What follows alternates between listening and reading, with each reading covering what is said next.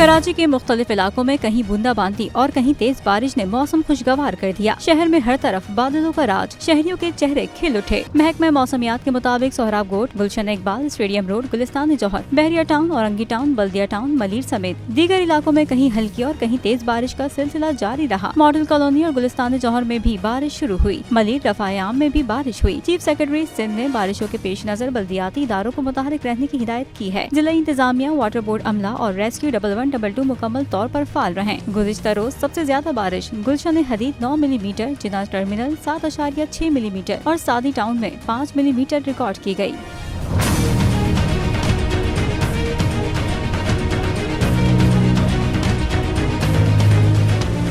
ہوائے نفس کی ہے حکمرانی، لٹیرا کر رہا ہے پاسبانی۔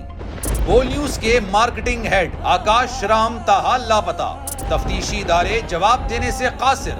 اہل خانہ پریشان، بیٹے کی جدائی میں ماں غم سے نڈھال۔ جو بچو ہندو پر آئے تھے جو کو پاکستانی،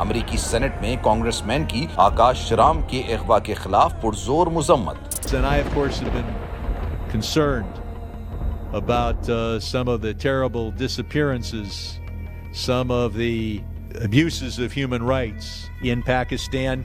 یونائٹڈ نیشن نے بھی آکاش رام کی بازیابی کے لیے مؤثر اقدامات اٹھانے کا عندیہ دے دیا۔ مشکل کی اس گھڑی میں عالمی میڈیا سمیت انڈین میڈیا بھی چیخ چیخ کر آکاش رام کی بازیابی کے لیے آواز اٹھا رہا ہے۔ عالمی صحافتی تنظیم اور انسانی حقوق کی عالمی تنظیموں کی بھی آکاش رام کے اغوا کی مذمت۔ اف کیا ظلم ہے، بول انصاف کا منتظر۔